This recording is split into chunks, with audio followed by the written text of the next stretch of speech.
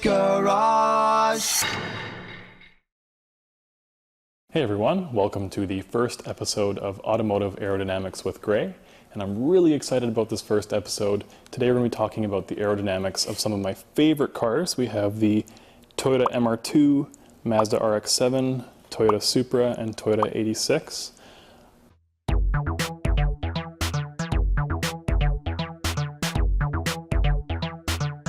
Because this is the first episode, just a quick introduction of myself. My name is Graham, and I'm a PhD researcher in the Experimental Fluid Dynamics group at the University of Toronto. Today we're in the lab, and I'm going to be showing you one of the visualization techniques that we use to analyze the aerodynamics of these cars.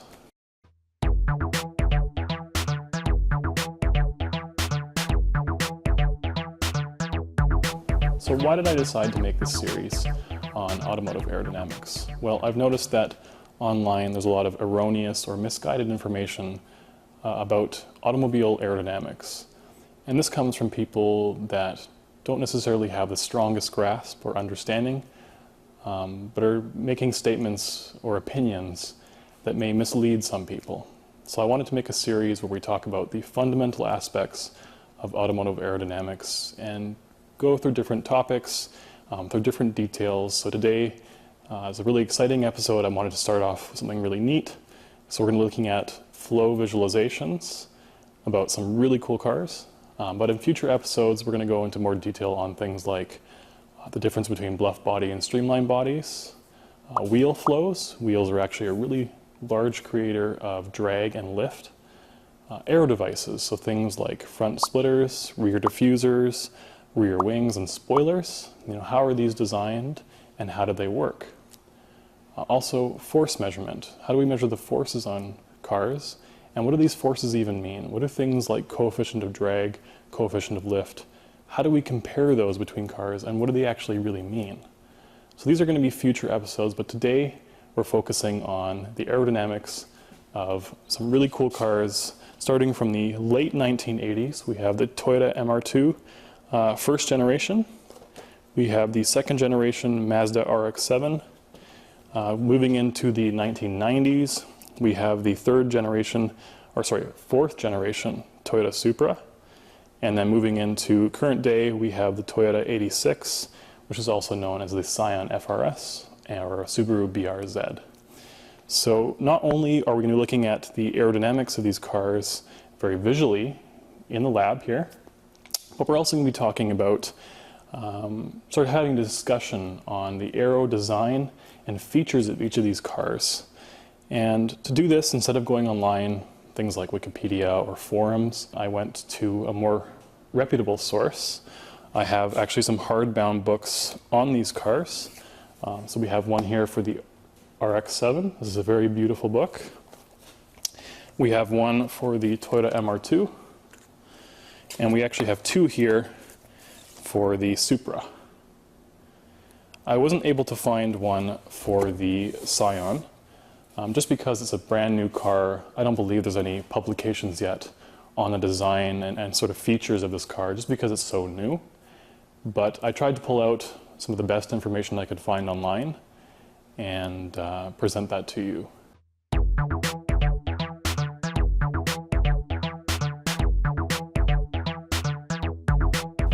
Before we get into some of the results for these cars, we need to talk about flow visualization.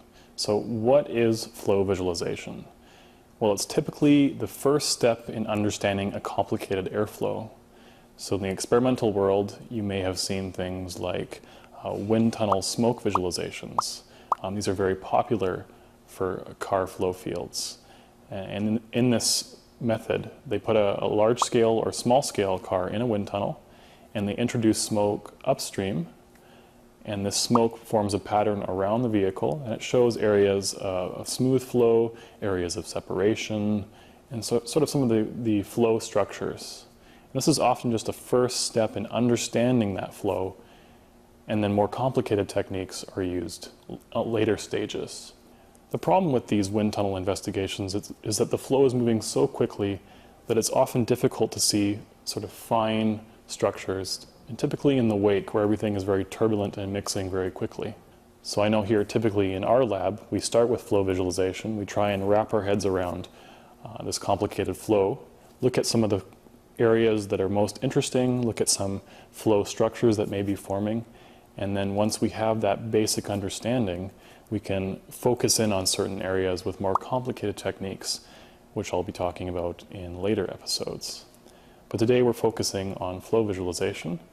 So I mentioned before wind tunnels. Wind tunnels are very popular for automotive aerodynamics, but they're not the only option. So here at the University of Toronto, in the experimental fluid dynamics group, we have something called a water channel. And in the water channel, we use a different type of visualization technique.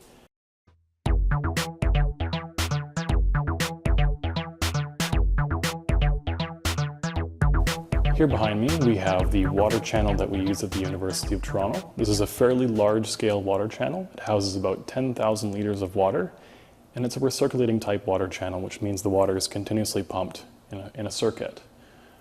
The maximum flow speed is just under a meter per second. And we can see here, this is the test section. We have the Toyota Supra mounted and the hydrogen bubble apparatus installed, ready for flow visualization. But before we talk about this, one thing that you might be asking yourself is, wait a second, this is water, cars drive in air, how does that make sense? Well, the cool thing is that it does make sense. Wind tunnel studies and water channel studies are directly comparable. This is because water and air are both fluids, and they do have different properties.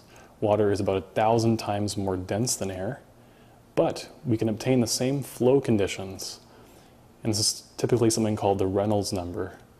And so we can compare our results directly with any results obtained in a wind tunnel. So because water is 1,000 times denser than air, what this means is that we can slow down the flow and have the same conditions. And this is very beneficial for us because we're looking at flow visualization. We want to see the pattern of flow about the car. We want to see those flow structures. And as I mentioned before in wind tunnel studies, often things are happening so quickly that we don't get a chance to see what's happening. Everything is happening so quickly and mixing and turbulent. But here, because we can slow down the flow, we get a clearer picture of how that dynamic flow structures are interacting and occurring about our geometry. Let's talk about the flow visualization technique that we use here in the water channel. As I said before, for wind tunnels, they typically use smoke injection. The sort of analogous technique here for that would be dye injection in a water channel. And here what we would do is inject a colored dye in the water, and that dye would move with the water, and we'd be able to see how that dye moves around the car and forms any sort of flow structures. I typically don't like to use this technique because the dye ends up contaminating the water. We have to clean the water channel. So a more elegant solution that was developed a number of years ago is called the hydrogen bubble visualization technique, and this is one we exclusively use here at the University of Toronto. So in this technique, we have 2 electrodes in the water, and what we do is we apply a DC current to the water channel. Now you may have heard of something in your science class in high school called electrolysis. And what this means is that when you apply a voltage to water, you can split the hydrogen and oxygen gas that makes up water into those 2 different separate gases. So in this technique, what we do is we create hydrogen gas on a very small wire, and this hydrogen gas moves in the water, and we visualize how those bubbles move.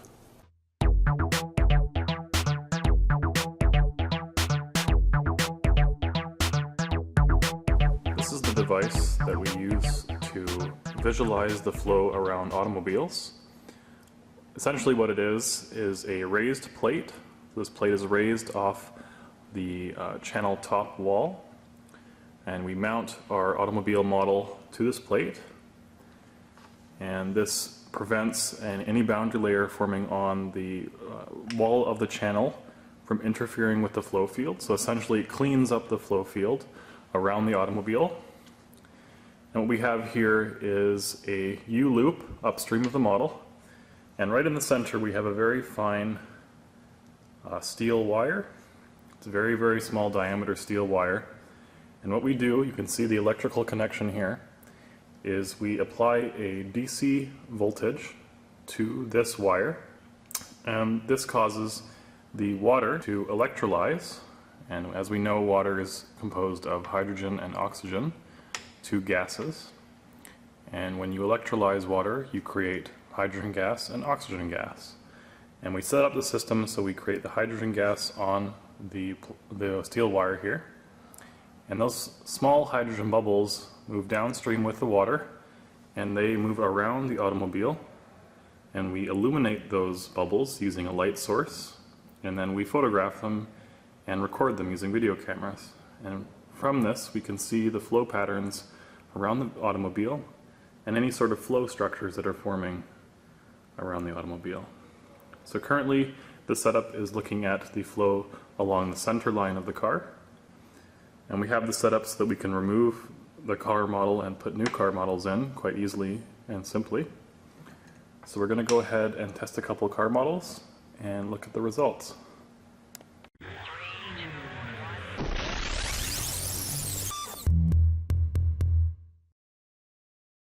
The first car that I decided to investigate is the first generation Toyota MR2, also known as the AWI. This is a small two-seater sports car produced by Toyota in the late 1980s. It's characterized by its mid-engine layout. That's an engine behind the driver. It has the well-known inline four-cylinder 4AGE engine. And I chose this car because it's my particular project car. So this is the first car out of the series that I decided to investigate, and it's because I wanted to understand the aerodynamics about my own car. So the first generation MR2 is characteristic of a late 80s design, and this is lots of sharp angles. It's a very angular car. Everything from the front bumper to the windshield to the rear of the car has a very angular style, and this gives it a very striking visual appearance, something that I'm very fond of personally, but it's not the greatest for aerodynamics, and we're going to see why in the flow visualizations. The most distinctive feature aerodynamically for this car is the rear end, characterized by an almost vertical rear window and then sort of this notch back design. So, without the rear wing spoiler, this car has a coefficient of drag of 0.35. That's fairly high for a car of this era. Now, the Toyota designers tried to combat this by adding a rear wing spoiler. This reduced the drag down to 0.34. Not a huge improvement, but a slight improvement. And I got these numbers from this book, Toyota MR2 Takes on the Competition. So we're going to look at the flow features about this car with and without the spoiler. And the model that I used is a 1/24th scale hobby model produced by Fujimi. This model does come with a fairly extensive body kit. However, I tried to keep it as original as possible, and I compared it to my own personal car where applicable. I believe this is more characteristic of a later generation. That's a Mark 1B MR2. So let's go ahead and take a look at the flow visualization and talk about the aerodynamics of this car. We begin by looking at the flow at low speed. We have a continuous stream of bubbles being produced by the upstream wire, and the flow is moving from the left to the right. The first thing we notice is that the stagnation point is located at the lower front bumper. This is the point that divides the flow moving up around the car from that moving down below the car. The next thing we notice is that the flow separates at the sharp angle at the front of the hood. The flow is unable to make this sharp turn and leaves the surface of the car. We notice that the flow sometimes reattaches at the base of the windshield, but often does not. This is an unsteady situation. Moving to the top of the roof, we notice that the flow separates at the windshield roof junction. The flow is again unable to follow this sharp angle and leaves the surface of the car. The flow often reattaches at the end of the roof. At the very end of the roof, we see final flow separation. The flow here leaves the surface of the car and is now in a fully separated state. This is due to the notchback design of the MR2. The flow here is unsteady, turbulent, and mixing.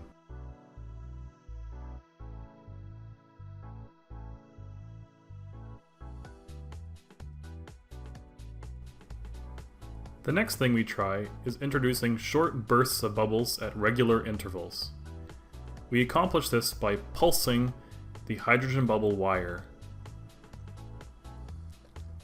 This highlights the fact that the flow is slowed down near the front of the vehicle, yet remains quite fast far away from the vehicle.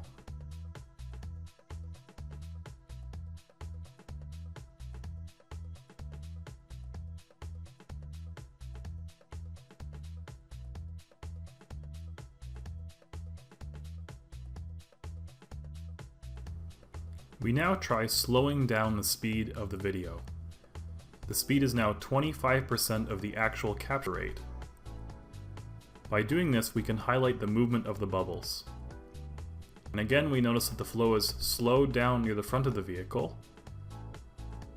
If we focus in on just the bubbles right near the surface of the car, we again can see that the flow separates near that sharp angle at the front of the hood, and it reattaches near the base of the windshield. The flow then again separates at the front of the roof and reattaches near the end of the roof. Final separation again occurs right at the very end of the roof. And the flow is now fully separated due to that notchback design.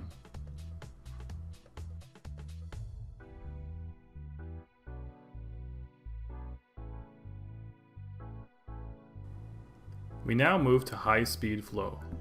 The wire upstream is still producing a continuous stream of bubbles, and the flow is from left to right. But now, in addition, we have a wire located on the surface of the vehicle producing bubbles. This wire is located in the notchback design of the MR2.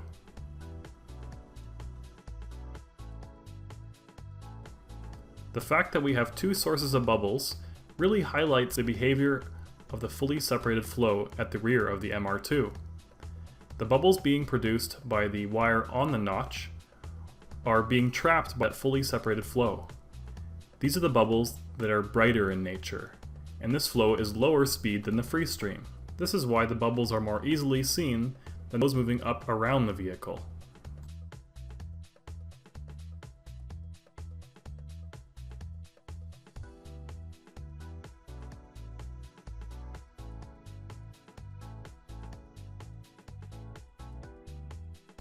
If we now turn off the bubbles coming from the wire upstream, we can further highlight the fully separated nature of the MR2 flow field.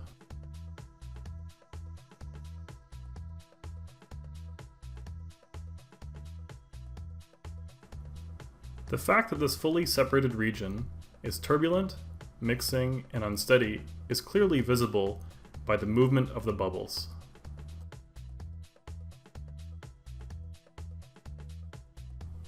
Let's now zoom into the fully separated region. The movement of the bubbles is now made even clearer.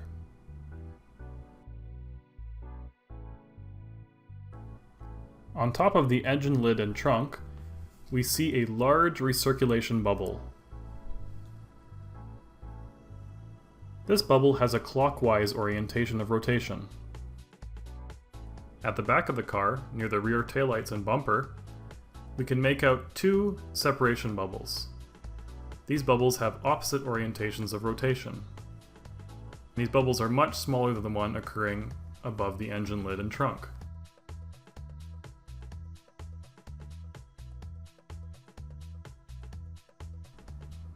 Let's now add the rear OEM spoiler to the model geometry. We immediately notice that the rear separation region is changed. The presence of that rear OEM spoiler alters the behavior and structure of that fully separated region. To highlight this, let's turn off the bubbles coming from the wire upstream.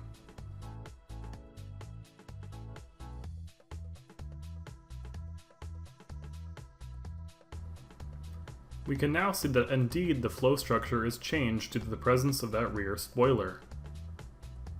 The flow above the engine lid and trunk appears to remain somewhat the same. There is still a large recirculation bubble with a clockwise orientation of rotation.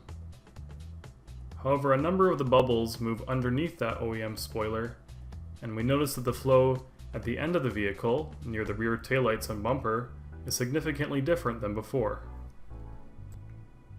To highlight this behavior, let's zoom in to this fully separated region. The movement of the bubbles is now made clearer.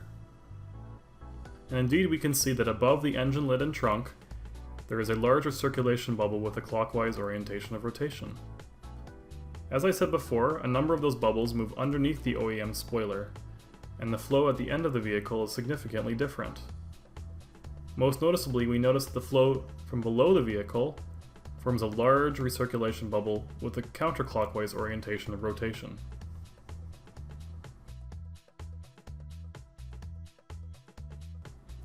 This completes our look at the MR2 Mark I flow field.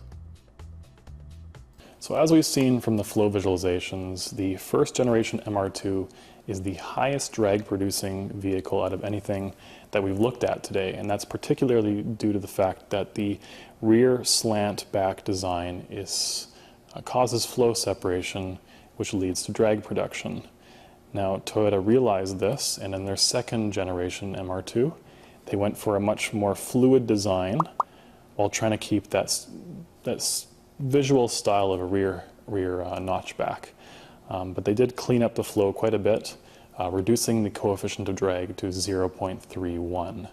That's a fairly remarkable decrease when compared to the first generation.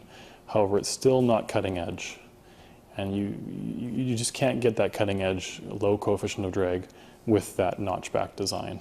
But it is very distinctive to this particular car, so it's something that they just couldn't remove.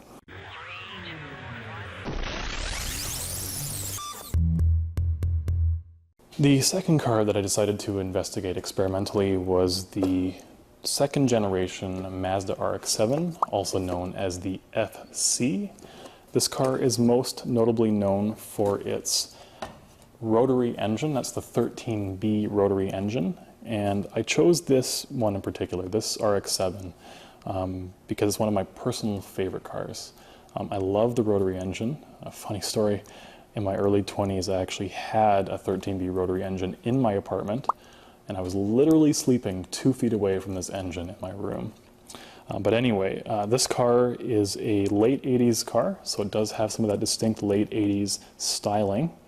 But the Mazda engineers really went for a nice fluid integrated flush design. So some of the aerodynamic features of this car, it does have an integrated air dam. The front windshield is highly raked at 63.5 degrees. That's a very high rake angle. Both the windshield and the rear window are flushly mounted with the roof. One of the key and most striking design features of this car is the large composite rear window that has a slant angle of 18.5 degrees. Now in terms of drag efficiency, this is almost an optimal angle. Something closer to about 12 degrees would have been perfect, but 18.5 is still pretty good. So with this design, the coefficient of drag is quoted at 0.31. That's very good for a car of this era.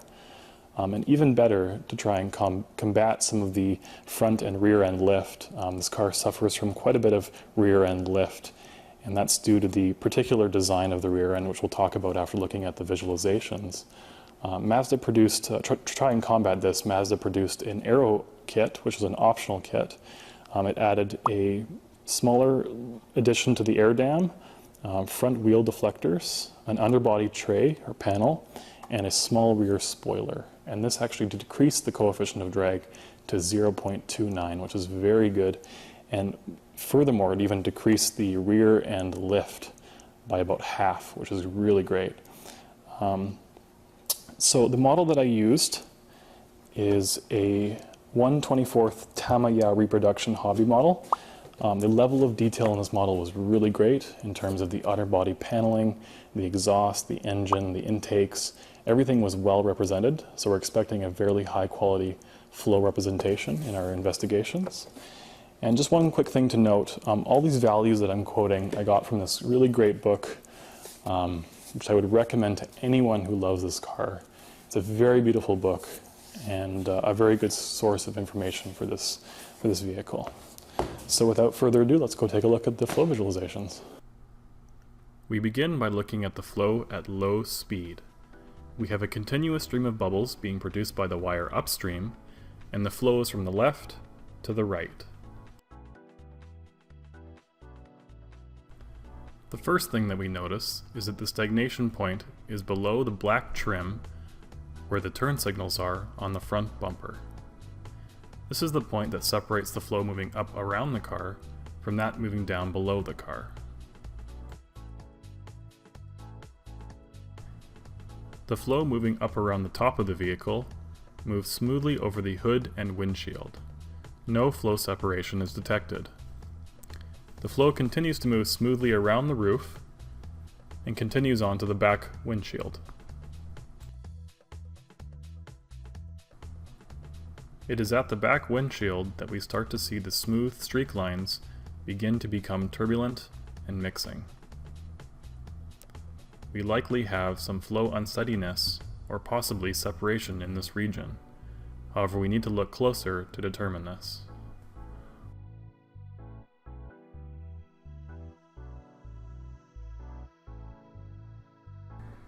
The next thing we try is pulsing the hydrogen bubbles by applying a cyclic voltage to the wire upstream.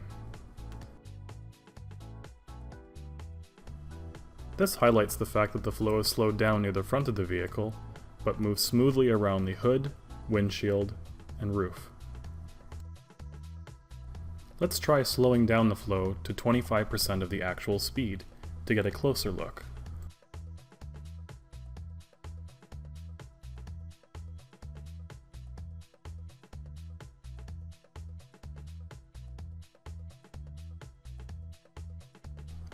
Again, we can see that the flow is slowed down near the front of the vehicle, yet moves smoothly around the hood, windshield, and roof. Some flow unsteadiness does occur at the back of the car, near the rear windshield.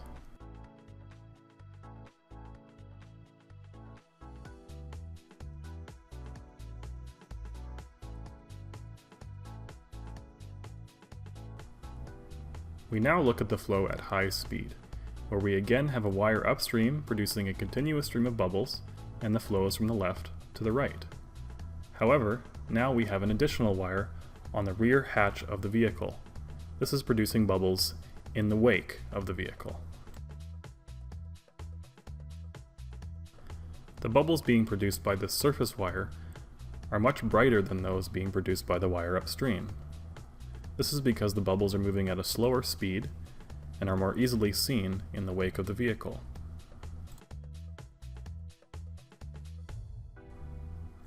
As we saw before at low speed, the flow moves smoothly around the hood, windshield, and roof. Whereas before we were unsure whether the flow separated along the rear windshield, with the addition of the surface wire, we can now see that the flow remains attached. Yet it does separate at the rear bumper. Let's highlight this feature by turning off the wire upstream. This really highlights the fact that the bubbles are following the slope of the rear windshield and moving downwards towards the ground. This is why the Mazda RX7 produces so much rear end lift in its stock form. Along the back face of the vehicle, near the rear taillights and bumper, we see two separation bubbles with opposite orientations of rotation. Let's take a closer look at these flow structures. Here we can see the flow moving along the rear windshield separates at the back of the trunk and forms a bubble with a clockwise orientation of rotation. The flow moving below the vehicle separates at the bottom of the bumper and forms a separation bubble with a counterclockwise orientation of rotation. Together, these two separation bubbles form the separated wake.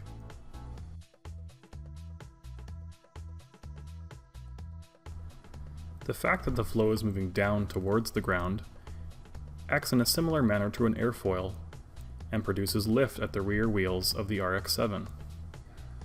To combat this, the Mazda RX7 engineers added a rear spoiler. Let's see what that looks like. With the addition of the small rear spoiler, we immediately notice that the flow along the rear windshield is deflected upwards, and while it still moves down towards the ground, does not do so in such a large, steep angle. This is what reduces the rear end lift. We also notice that the size and shape of the separated region has changed. There are still two separation bubbles, one at the top with a clockwise orientation of rotation, and one at the bottom with a counterclockwise orientation of rotation. However, the sizes of these bubbles has increased. Let's now turn on the bubbles from the wire upstream of the car.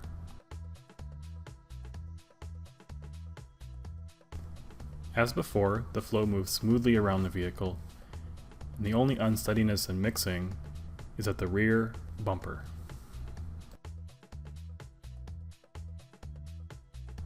Let's now zoom out and get an overall picture with the rear OEM spoiler installed. We can again see that the addition of the rear spoiler has deflected the flow moving along the rear windshield up slightly, thus reducing the rear end lift. However, it does not eliminate it completely.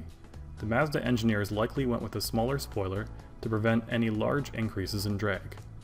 However, you could install a large rear wing, deflecting that rear flow upwards even more, thereby reducing the lift or even creating downforce.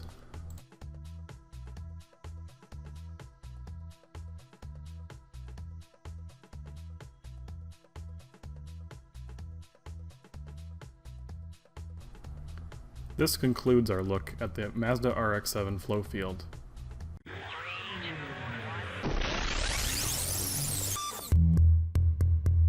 The third car that I decided to investigate is the fourth generation Toyota Supra.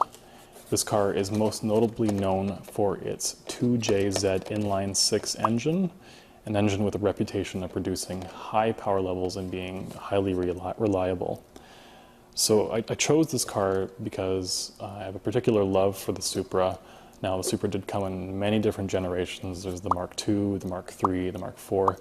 I particularly love the Mark IV, pretty much because of the 2JZ engine, but it also has a very fluid styling characteristic of a 90s car.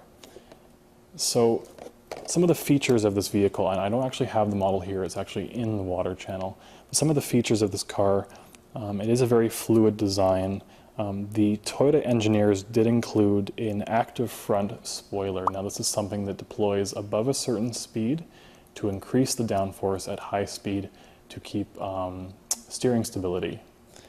It also has a large rear wing. This is to produce downforce for the rear wheels. And Toyota quotes a coefficient of drag for this car somewhere between 0.31 and 0.33.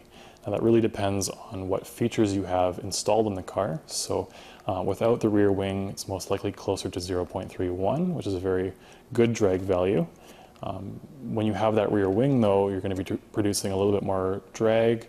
You're sacrificing that to produce that downforce, so you're going to have a CD of about 0.33. Now, these are good values. They're not cutting edge values, but they're quite good for a car of this era. These values I obtained from a number of sources. So we have two books here on the Celica and Supras. Highly recommended if you're a fan of these cars. And the model that I used is a 1/24th Tamiya reproduction hobby model. It's a very high quality model. The level of detail in the underbody paneling, the exhaust, the engine bay, the front intake, everything was just spot on in terms of representing the actual car for our flow investigations. So without further ado, let's go take a look at those. We begin by looking at the flow at low speed. We have a wire upstream producing a continuous sheet of bubbles, and the flow is from the left to the right.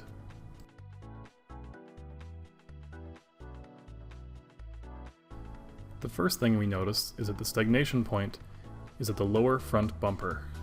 This is the point that separates the flow moving up around the vehicle from that moving down below the vehicle. flow moves smoothly around the hood, windshield, and roof. However, we notice that due to the shape of the hood, there may be some separation and unsteadiness at the hood-windshield junction. This is likely what is causing the slight waviness in the streak lines close to the body. The flow begins to become unsteady near the back windshield. Possible flow separation is occurring in this region. However, we need to look more closely to determine this.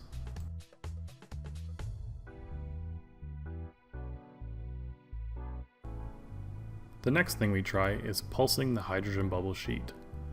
We do this by applying a periodic voltage to the wire upstream. This highlights the fact that the flow is slowed down near the front of the vehicle, yet moves smoothly around the hood, windshield, and roof.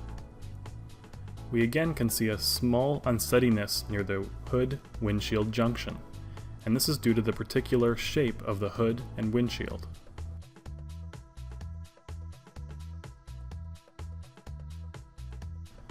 Let's now try slowing down the speed of the video to 25% of its original speed.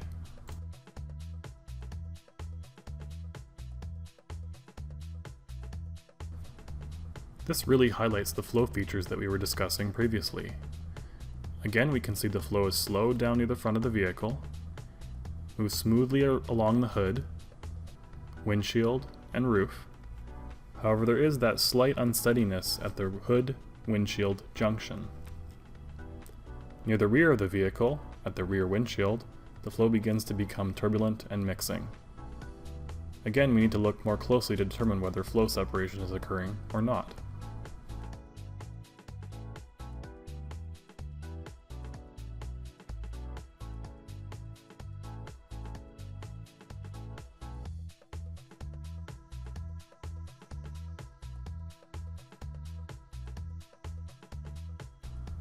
We now look at the flow at high speed. Again, we have a wire upstream producing a continuous sheet of bubbles, and the flow is from the left to the right. However, now in addition, we have a wire on the surface of the vehicle along the rear windshield. This wire is producing bubbles, which are trapped by the separated region, and highlight the wake of the vehicle. As before, we notice the flow moves smoothly around the hood, windshield, and roof. However, again, we can see a slight unsteadiness at that hood-windshield junction. At the rear of the vehicle, along the rear windshield, we can now see that flow separation is not occurring in this region. The flow moves along the windshield, and then is deflected upwards by the slight spoiler that is built into the rear trunk. The Toyota engineers likely included this rear spoiler to decrease the rear end lift of the vehicle.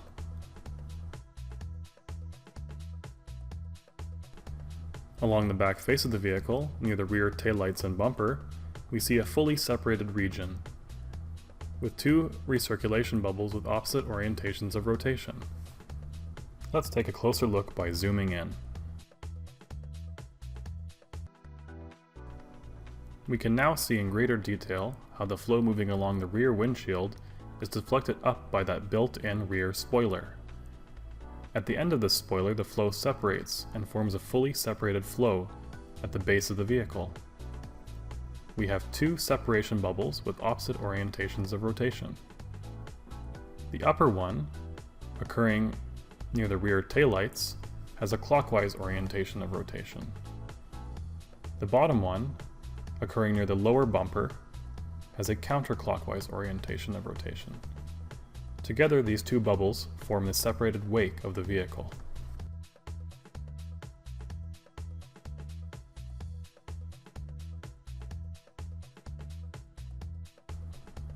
To highlight these structures, let's turn off the wire upstream.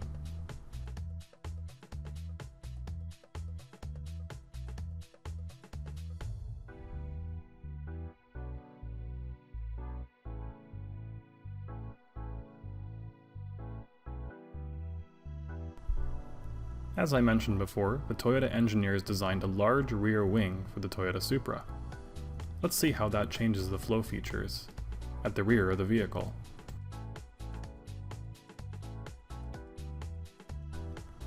we can immediately see that the presence of that large rear wing deflects the flow moving along the rear windshield up even higher. This produces extra downforce at the rear wheels. However, we do notice that the shape and size of the rear wake has increased. This is what causes the extra drag penalty due to that rear wing.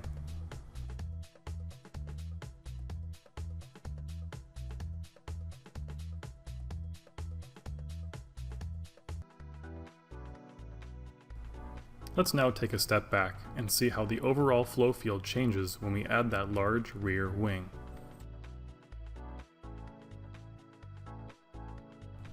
As we can see, not much has changed at the front of the vehicle.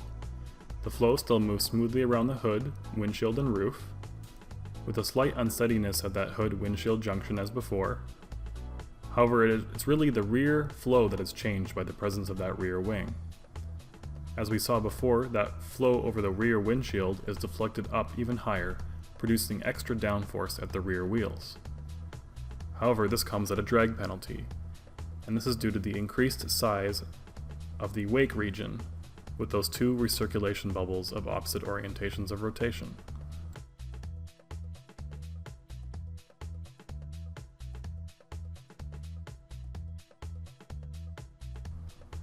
This concludes our look at the Toyota Supra Mark IV flow field.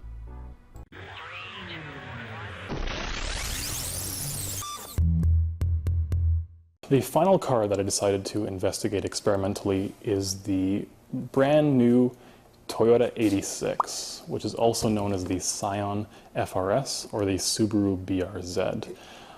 This car is well known for its boxer engine, the FA20 engine, and I chose this car just because, as you can probably see, I love Toyotas, and I really love what this car represents, sort of a reintroduction of cheaper Japanese sports cars, and cars that people can work on and improve. I'm a really big fan of that. I have my Project MR2, and one day I'll be moving on, most likely to a Project FRS. So, the FRS does have some distinctive styling characteristic of the 21st century.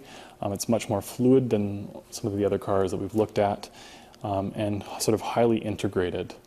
I wasn't able to find any written sources of information on the design of this vehicle, but just based on some of the things that I've found online, this car has a quoted coefficient of drag of 0.29, and that's without any underbody paneling or rear spoiler. When you add this small rear spoiler, you decrease the drag to 0.28, and if you furthermore add that underbody paneling, you decrease the coefficient of drag to 0.27. Now that's a very cutting-edge values for the drag, which really shows that Toyota has been investing in aerodynamic optimization and investigations. And part of the reason, we're going to see with the flow visualization, but part of the reason why this car is so aerodynamic is everything is tightly integrated, and this rear slant angle is about 12 to 13 degrees. That's an optimal angle for drag reduction. So the model that I used for this car, or for this investigation, is a 1/24th Tamiya reproduction hobby model. This car had a very high level of detail. Everything from the underbody paneling to the exhaust to the engine bay to the intakes, everything was well represented. So we're expecting a high quality reproduction in terms of the results that we're getting in the flow visualizations. So let's go ahead and take a look at those flow viz and show you what it's all about. We begin by looking at the flow at low speed. We have a wire upstream producing a continuous stream of bubbles, and the flow is from the left to the right. The first thing we notice is that the stagnation point is at the lower edge of the front license plate. This is the point that divides the flow moving up around the vehicle from that moving down below the vehicle. The flow moves up around the hood, windshield, and roof. However, there does appear to be some unsteadiness in the flow nearest to the body. This may be due to the sharp angle at the front bumper. As the flow moves along the roof and rear windshield, it appears to follow the line of the vehicle very closely. Final separation occurs at the rear of the trunk.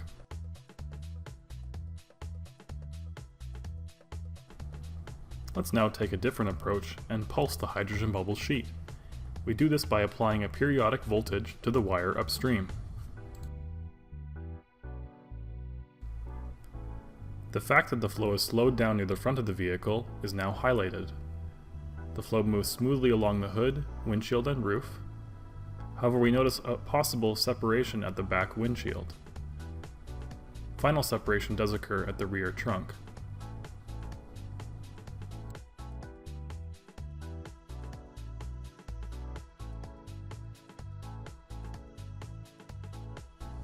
Let's now slow down the speed of the recording to 25% of its original speed.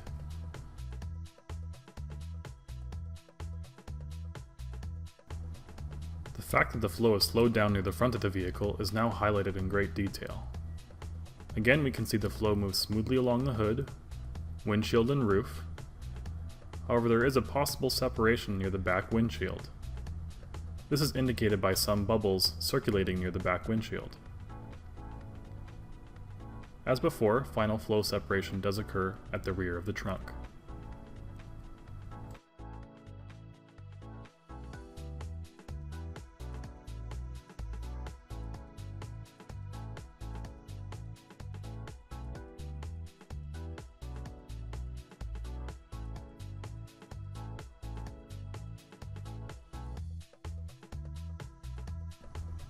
We now look at the flow at high speed. Again, we have a wire upstream producing a continuous sheet of bubbles, and the flow is from the left to the right. However, now in addition, we have a wire on the surface of the model along the rear windshield. This is producing bubbles which are captured by the wake region of the model.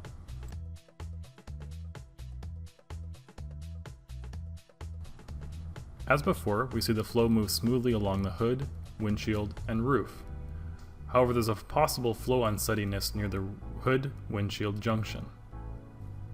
At the rear of the vehicle, we see now that there's no flow separation along the rear windshield. This is highlighted by the bubbles being produced by the wire along the rear windshield. The flow separates the rear trunk as before, and we form a large recirculation wake.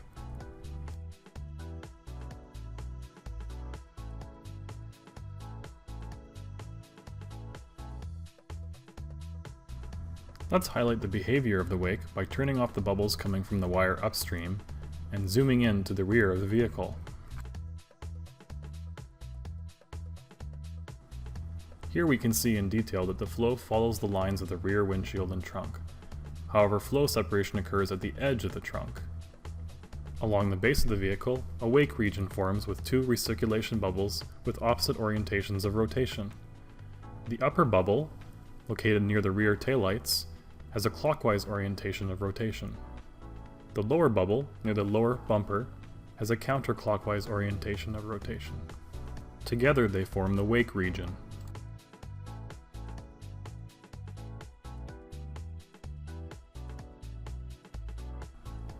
As I mentioned before, the Toyota engineers included an OEM spoiler at the rear trunk lid.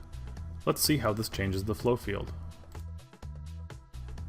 We immediately notice that the addition of the OEM spoiler does not change the flow structure that significantly. The flow still follows the rear windshield and trunk, and separates at the edge of the trunk, forming a wake region. There are still two recirculation bubbles with opposite orientations of rotation. The major difference is that the flow coming off the windshield and trunk is deflected up slightly. This likely reduces the lift at the rear wheels, and may even generate some downforce.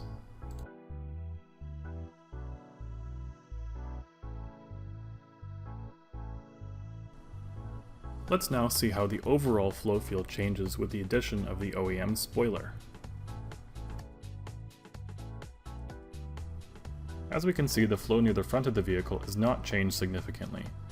The flow still moves smoothly along the hood, windshield, and roof, and no flow separation occurs on the rear windshield. However, the flow coming off the rear windshield and trunk is deflected up slightly, and the large recirculation region at the rear of the vehicle may be increased slightly in size. There are still 2 recirculation bubbles with opposite orientations of rotation.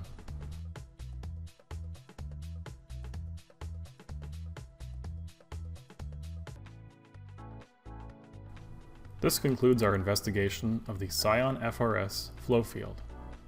So now that we've looked at each one of these different cars and their flow fields, we can really start to understand and appreciate the power and the use of flow visualization as a first step in understanding the flow field about automobiles. Automotive flow is very complicated, it's very complex, and to fully understand what's going on, we really need to try and get first a big picture outlook, and then we can start looking in detail at different aspects. So this first episode was just trying to get some of that excitement for automotive aerodynamics, pass that on to you, something that I really feel. And in later episodes, we're going to be focusing on more detailed design features. I know for some of these cars I was talking about aero devices, things like rear wings, spoilers, underbody paneling, and these help to decrease the drag and also decrease some of the lift. How do these work? How do these change the flow structure about the car? And how do we design these to be the most effective as possible? Now, these are topics that we're going to be talking about in the future. But one of the things we could see from this episode in particular and these flow visualizations is that each of these cars has a very distinctive flow field. Each one of these cars has a distinctive style and shape, and that style and shape will dictate the aerodynamics. One thing to note is that, in particular, automobiles are not solely dictated by aerodynamics alone. There's also the aesthetic feel. The cars need to have a personality, a distinct appearance. Things like the first generation MR2 with that slant back, and even in the second generation MR2, that slant back was still there.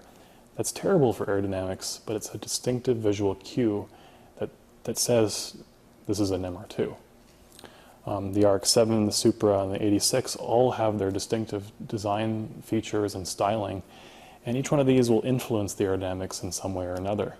So in future episodes, we're going to be delving into more detail about these features, but I just wanted to give you guys an outlook into automotive aerodynamics and to just try and spark some of that interest.